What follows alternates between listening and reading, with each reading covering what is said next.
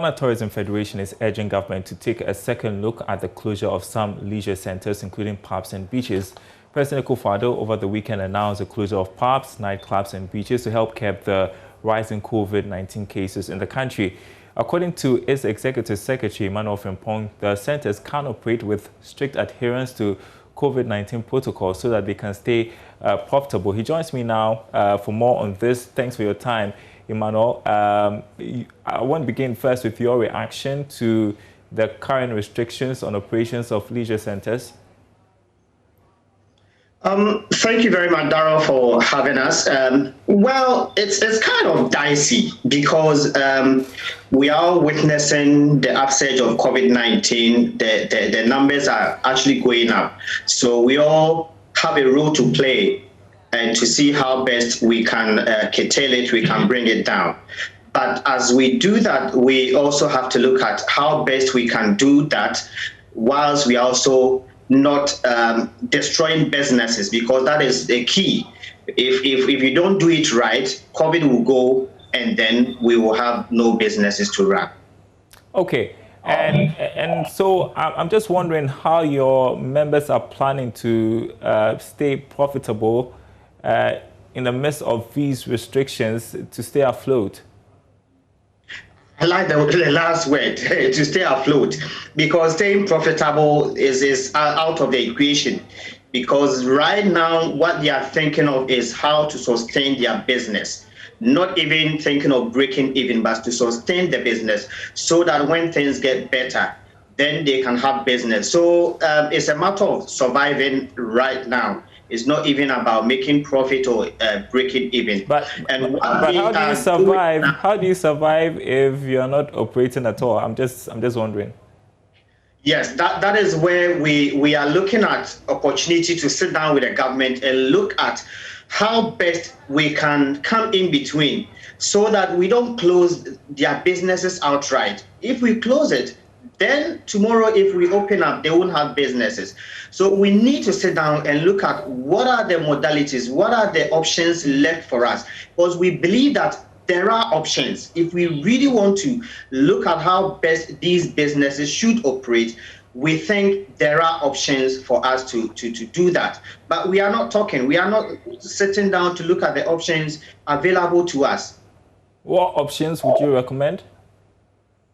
Well, we all have to pay attention to the protocols, washing of hands, wearing of nose masks, social distancing, on all the other protocols that we need to adhere to. And we believe that if we are going to sit down, as the schools have gone back, they sat down with the government, looked at the measures, what is it that the schools can do to get the students back to schools. And now when you go to schools, yes, 3-year children, 4, 5, they are all wearing nose masks.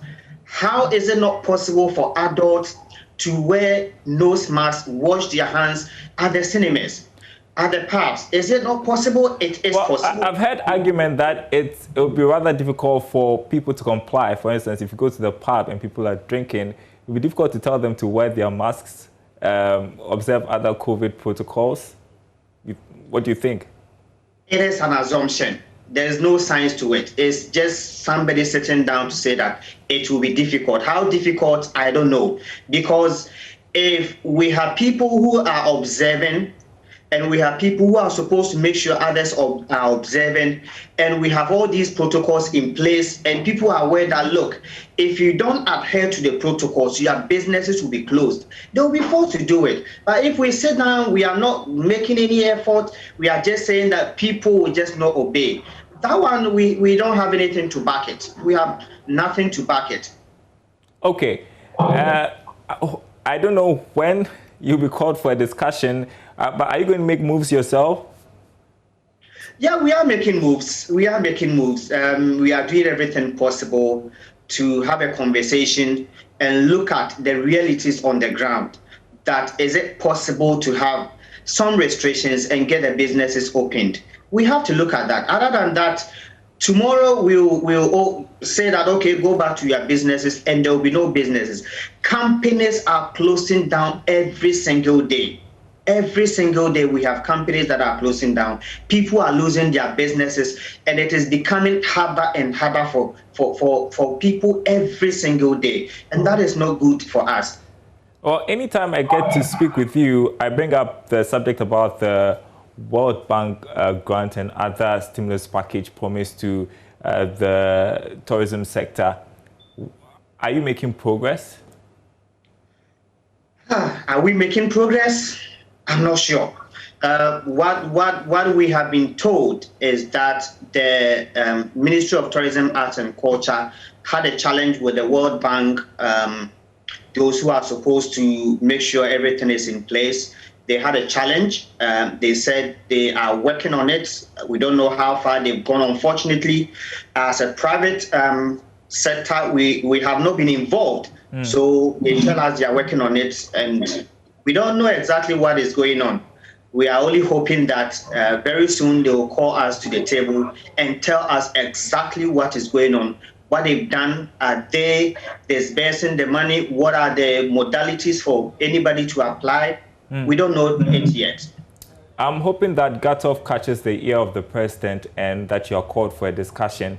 We'll touch base with you in the future to find out if it really does happen.